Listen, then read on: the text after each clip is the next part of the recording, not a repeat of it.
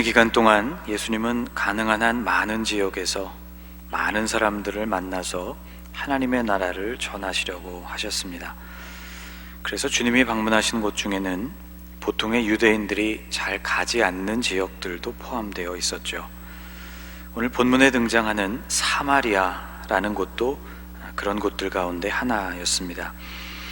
사마리아라는 말은 한 도시를 일컫기도 하고 그 도시를 포함하고 있는 그 지역 일대를 일컫는 말이기도 합니다. 도시로서의 사마리아는 분열왕국 시기에 북이스라엘의 수도였죠. 그래서 북이스라엘이라는 말 대신에 사마리아라는 말을 사용하기도 했습니다. 주전 722년 북이스라엘은 아수르라는 나라에 의해서 멸망당했고, 이후 이곳에는 아수르 사람들이 들어와 살면서 민족 간의 혼혈이 이루어지게 됐습니다. 신앙의 색깔이 달라지게 된 것도 이때부터였죠. 남유다의 입장에서 볼 때 사마리아는 민족적으로 이방인에 의해서 더럽혀진 지역, 또 종교적으로 볼 때는 거룩함을 잃어버리고 타락한 곳이었습니다. 더욱이 바벨론 포로로 끌려갔던 유대인들이 70년 만에 돌아와서 예루살렘 성전을 재건하려고 할 때 이 사마리아 사람들이 성전 재건을 노골적으로 회방했던 역사도 있었죠. 바로 이런 배경 때문에 유대인들에게 있어서 사마리아는 결코 좋게 볼 수 없는 지역이었습니다. 보시는 이 지도는 예수님 당시의 이스라엘의 모습입니다. 왼편으로는 지중해를 접하고 있고, 이 땅 한가운데로는 강이 하나 흐르고 있죠. 이 강이 바로 요단강인데요. 이 강이 지형적으로 이스라엘을 동서로 나눠주는 경계가 됩니다. 이 요단강을 거슬러서 북쪽으로 올라가면 갈릴리 호수가 위치하고 있고, 남쪽으로는 흘러내려온 그 물이 그대로 갇힌 채 증발하게 되는 사해가 있습니다. 사해, 죽은 바다라는 말은 지금 우리가 사용하고 있는 명칭이고, 물이 계속 증발해서 염도가 무척 높아진 상태이기 때문에 성경에서는 이곳을 염해, 소금바다라고 기록하고 있습니다. 이 땅을 행정적으로 구분해 보면 크게 4개의 지역으로 나눠 볼 수 있습니다. 북쪽 갈릴리 호수를 포함하고 있는 지역이 갈릴리 지역, 남쪽 사해를 포함하고 있는 지역이 유대라고 불리던 지역, 그리고 그 둘 사이에 해당하는 지역이 바로 사마리아였습니다. 그리고 동편으로 요단강을 건너 있는 지역은 베레아라고 불렀죠. 북쪽의 갈릴리 지역과 남쪽의 유대 지역을 왕래할 때 가장 효율적인 길은 가운데 놓여있는 사마리아를 통과해서 곧장 올라가거나 또는 내려가는 길이었습니다. 그러나 앞서 설명드린 대로 사마리아라는 지역이 가지고 있는 역사적인 배경과 또 거기 살고 있는 사람들에 대한 적대감 때문에 유대인들은 좀처럼 이런 경로를 사용하려고 하지 않았죠. 오히려 유대인들은 멀리 돌아가는 길을 선택했습니다. 사마리아 영내에 발이 닿지 않도록 하기 위해서 유대인들은 동쪽 요단강을 따라서 남북을 오가는 우회로를 이용했습니다. 거리가 멀었을 뿐만 아니라 어디에서 출발하고 또 어디에 도착하려는지에 따라서 요단강을 한 번 또는 그 이상 건너야 하는 번거로움도 마다하지 않았죠. 오늘 본문에서 예수님은 그런데 이런 관례를 따르지 않으시고 이 사마리아로 곧장 들어가셨습니다. 그들에게도 하나님의 나라를 선포하시기 위함이었는데, 특히 요한복음 4장의 여정에서는 수가라는 마을에서 특별한 누군가를 만나시기 위해서였습니다. 수가는 쉬카르라고 불리던 동네로 이 지도에도 표시가 되어 있습니다. 바로 이곳이죠. 에발산과 그리심산 그 아래쪽에 위치하고 있는 이 성읍은 구약의 도시 세겜과도 일치하는 성읍이고, 남북을 연결해주는 교통의 요지이기도 했습니다. 이날 예수님은 낮 12시가 될 때까지 계속해서 걸으셨는데, 아마 보통 때 같았으면 그렇게 하지 않으셨을 것입니다. 이스라엘에서는 해가 뜨면 곧바로 지면이 달구어지기 시작하면서 한낮에는 온도가 섭씨 50도 가까이에 이르게 되죠. 그래서 길을 가려는 사람은 해 뜨기 전의 시간을 이용하거나 또는 햇살이 약해지는 오후 늦은 시간을 주로 이용합니다. 그런데 주님께서 정오가 될 때까지 멈추지 않고 걸으신 데에는 다 이유가 있었습니다. 그때가 아니면 만나기 힘든 한 사람을 만나기 위해서였죠. 주님은 한낮이 되어 수가라는 동네의 우물가에 도착하셨습니다. 곧 한 여자가 그곳에 물을 기르러 나왔죠. 해가 뜨거울 때 길을 행하는 것이 비상식적인 일인 것과 마찬가지로 정오의 우물에 나와서 물을 깃는 일도 평범한 상황이 아니었습니다. 주님은 바로 그렇게 특별한 그녀를 만나기 위해서 이 특별한 상황 속으로 들어가신 것이죠. 성경을 보면 예수님과 그녀 사이에는 여러 번의 대화가 오고 갔습니다. 그런데 그 대화가 그리 자연스러워 보이지는 않습니다. 보통의 여행자가 낯선 곳에서 누군가를 만난다면 보통은 이런 대화가 오고 갈 것입니다. 자신이 누구인지, 어디에서 왔고 또 어디로 가는지, 여행하고 있는 이유는 무엇이며 또 남은 여행이 평안하기를 바란다는 이런 대화가 오가는 것이 보통이겠죠. 그런데 그날 예수님이 만난 이 여성은 좀 특별했습니다. 이 여자는 상당히 배타적인 태도를 가지고 예수님께 가시돋친 말들을 툭툭 던졌기 때문이죠. 유대인이 사마리아 지역에 들어갔으니 당연히 환영을 받지는 못했을 것이라는 점을 감안해도 그녀의 태도는 보통 이상으로 차가웠습니다. 주님께서 물을 좀 달라고 말씀을 하시니 그녀는 어째서 유대 남자가 사마리아 여자에게 물을 요구하느냐고 대답했죠. 예수님께서는 내가 누군지 알았다면 오히려 당신이 나에게 생수를 구했을 것이라고 말씀하셨지만 물을 기를 그릇도 없으면서 어떻게 나에게 생수를 주겠느냐고, 당신이 이 우물을 소유했던 야곱보다도 더 큰 사람이나 되느냐고, 내가 주는 물은 영원히 솟아나는 샘물이라고 주님이 말씀하시니 그런 샘물이 정말로 존재한다면 나에게도 좀 주어서 이렇게 물을 길러 나오지 않게 좀 해달라고 말했죠. 한마디도 지지 않으려는 그녀는 보통 내기가 아니었습니다. 그런데 가시가 돋쳐있는 그녀의 말에는 그녀의 내면의 상처가 그대로 묻어 나오고 있었습니다. 대화가 여기까지 이르렀을 때 예수님은 그녀의 아픈 부분을 건드리셨죠. 16절에 이렇게 기록하고 있습니다. 이르시되 가서 내 남편을 불러오라.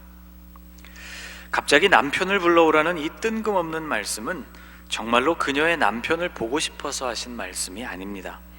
그녀에게 결혼 생활은 평생의 상처였습니다. 그녀가 사람들을 피해서 정오에 물을 길러 나오는 이유도 바로 거기에 있었죠. 그녀는 5명의 남자와 살았었습니다. 지금 살고 있는 6번째 남자도 남편은 아니라고 말한 것으로 보아서 그녀의 결혼 생활은 정상과는 거리가 멀었던 것으로 보입니다. 문제는 그 많은 남자들이 그녀의 삶에 위로나 행복이 되어주지 못했다는 것입니다. 그녀는 인생의 불행이라는 짐을 지고 있었고 여기에 더하여서 마을 사람들의 손가락질이라는 괴로움까지 짊어지고 살아야 했던 것이죠. 예수님께서 자신을 꿰뚫어 보고 계시다는 사실에 그녀는 매우 놀랐을 것이 분명합니다. 그녀는 재빨리 화제를 전환했습니다. 19절 이하를 보면 이렇게 되어 있죠. 여자가 이르되 주여 내가 보니 선지자로소이다. 우리 조상들은 이 산에서 예배하였는데 당신들의 말은 예배할 곳이 예루살렘에 있다 하더이다. 그녀는 재빨리 태세를 전환했습니다. 자신의 비밀을 알고 있는 그 낯선 남자를 선지자라고 인정하면서 곧바로 선지자라도 대답하기가 쉽지 않을 것처럼 보이는 어려운 질문을 던지고 있습니다. 권투에 비유하자면 마치 날아오는 주먹을 피하는 동시에 재빨리 반격의 펀치를 날리는 것과도 비슷하죠. 그녀는 굉장한 순발력과 비상한 머리를 가진 사람이었습니다. 대처도 빨랐고 질문도 날카로웠죠. 그녀를 묵상하면서 드는 한 가지 생각은 우리의 삶의 행복이란 본인의 재능이나 똑똑함에 꼭 비례하지는 않는다는 것입니다. 그녀를 보십시오. 영특하고 총명한 그녀가 그동안 많은 남자들을 만나고 또 헤어지면서 얼마나 마음고생을 했을 것이며 또 얼마나 마음고생을 시켰을까. 지금 그녀에게 남은 것은 이런 삶을 지속할 수밖에 없는 자신에 대한 분노와 자기 연민이었을 것입니다. 그래도 다행인 것은 그녀에게 하나님을 향한 마음이 있었다는 것이죠. 그녀의 질문은 위기를 모면하기 위한 질문이었지만 실은 늘 생각하고 있었던 신앙적 고민이기도 했습니다. 유대인과 사마리아인의 갈등, 그리고 그 갈등 중심에 있는 신앙, 그리고 그 신앙의 모습을 결정짓는 예배의 장소가 그녀의 평소 고민거리였습니다. 이 고민은 한 분이신 하나님께서는 과연 사마리아인의 예배를 받으시는가 아니면 유대인의 예배를 받으시는가 라는 질문이기도 했죠. 현실은 괴롭고 힘들었지만 그녀의 내면은 영적인 갈망들과 질문으로 가득했던 것입니다. 주님은 그녀에게 이렇게 대답해 주셨습니다. 21절인데요, 같이 한번 읽어보겠습니다. 예수께서 이르시되 여자여 내 말을 믿으라. 이 산에서도 말고 예루살렘에서도 말고 너희가 아버지께 예배할 때가 이르리라. 예배란 이 산, 곧 그리심산에서 해야 하는 것은 아니며, 또 예배란 예루살렘, 곧 시온산에서 해야 하는 것도 아니라는 말씀. 그렇다면 예배에 있어서 주님이 생각하시기에 중요한 요소는 과연 무엇일까? 23절이 이렇게 이어집니다. 아버지께 참되게 예배하는 자들은 영과 진리로 예배할 때가 오나니 곧 이때라. 아버지께서는 자기에게 이렇게 예배하는 자들을 찾으시느니라. 참된 예배란 영과 진리로 드리는 예배이며, 그렇게 예배하는 사람이야말로 하나님이 찾으시는 예배자라는 말씀입니다. 그런데 영과 진리로 드리는 예배가 도대체 무엇일까를 설명하기가 그리 쉽지 않아 보입니다. 분명한 것은 영으로, 예배에 있어서는 몸만 작용하는 것이 아니고 하나님과 소통하는 우리의 영이 작용해야 한다는 사실과 진리로, 그 예배에 진실함이 필요하다는 점이죠. 23절에 나오는 참되게라는 말에 주목해야 합니다. 이 참되게라는 말은 헬라어 알레티노스라는 말이고, 그 뒤에 나오는 진리라는 말은 알레테이아라는 단어인데, 이 두 단어는 같은 어원을 갖고 있습니다. 이 두 단어들의 출발점은 참된이라고 해석할 수 있는 알레테스라는 단어이죠. 영어로는 true, 거짓되다 라는 말의 반대로 쓰이는 바로 그 true입니다. 그러니까 진리로 예배한다는 말은 거짓이 없는 진실한 태도를 뜻한다고 볼 수 있습니다.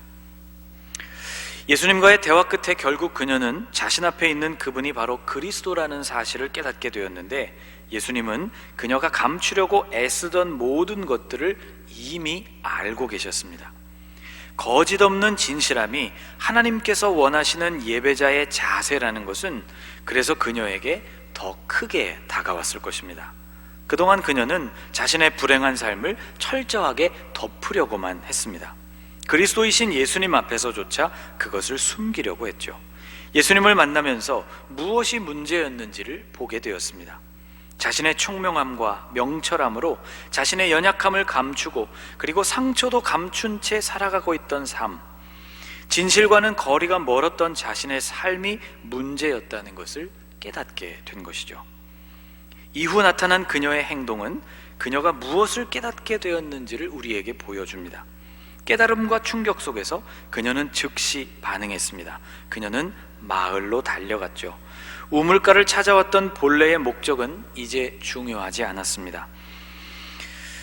이어지는 이야기 속에서 28절 말씀은 이렇게 이어집니다. 여자가 물동이를 버려두고 동네로 들어가서 사람들에게 이르되. 신기하죠? 그녀는 물동이를 우물가에 그대로 놔두고는 동네로 들어갔습니다. 사람들을 피해서 정오에 물을 깃던 사람이 이제 제 발로 사람들을 찾아간 것이죠. 그리고 그들에게 이렇게 말했습니다. 29절을 같이 한번 읽어볼까요? 내가 행한 모든 일을 내게 말한 사람을 와서 보라. 이는 그리스도가 아니냐 하니. 여러분, 우리는 이 고백을 자세히 들여다보아야 합니다. 그녀는 지금 내가 행한 모든 일이라고 말하고 있습니다. 여기서 내가 행한 모든 일이란 바로 사람들에게서부터 감추고 싶었던 일, 자신의 생애에서 덮어두고 싶었던 바로 그 일을 의미합니다. 이제 그녀는 그것을 더 이상 감추려고 하지 않았습니다. 오히려 사람들에게 자신의 삶이 그동안 얼마나 불행했고 또 얼마나 부끄러운 것이었는지를 말하고 있습니다. 사람들 앞에 알레티노스, 진실하게 그리고 참되게 서게 된 것이죠. 저는 예수님께서 그녀에게 가르치신 것이 단순한 예배의 자세, 곧 예배를 드리는 순간에 갖춰야 할 자세라고 생각하지 않습니다. 예수님은 그녀에게 하나님이 기뻐하시는 삶으로서의 예배를 가르치셨습니다. 베일 속에서 스스로를 감추면서 그 고통 속에서 괴로워하는 삶이 아니라 하나님 앞에서 거짓 없는 모습으로, 그리고 사람들 앞에서도 거짓 없는 모습으로 살아가는 것이 곧 하나님께서 기뻐하시는 삶이자 예배라는 것을 가르치신 것이라고 생각합니다. 올해 우리 교회의 표어인 산제물 영적 예배 역시 정해진 시간, 예배 시간에만 이루어지는 것이 아니라고 설명을 드렸습니다. 산제물로서 살아가는 것, 합당하게 받으시는 삶으로서의 예배를 의미한다고 했죠. 하나님은 진실함을 원하십니다. 진실한 모습으로 사람들에게 다가가기 시작한 그녀의 행동은 하나님께서 원하시는 예배자로서의 모습이었습니다. 사도 바울은 고린도전서 13장에서 사랑이란 진리와 함께 기뻐하는 것이라고 했습니다. 사랑은 진리와 함께 기뻐하고, 진리가 참됨을 의미한다고 앞서 말씀드렸죠. 예배뿐만이 아니라 사랑의 본질도 숨기지 않는 것입니다. 거짓에서 벗어나는 것이죠. 있는 그대로의 모습을 보이는 것입니다. 사순절 5번째 주간이 벌써 시작됩니다. 여러분, 내가 감추고 있는 것은 무엇입니까? 하나님 앞에서조차 아직도 덮어두려는 그것은 무엇인가요?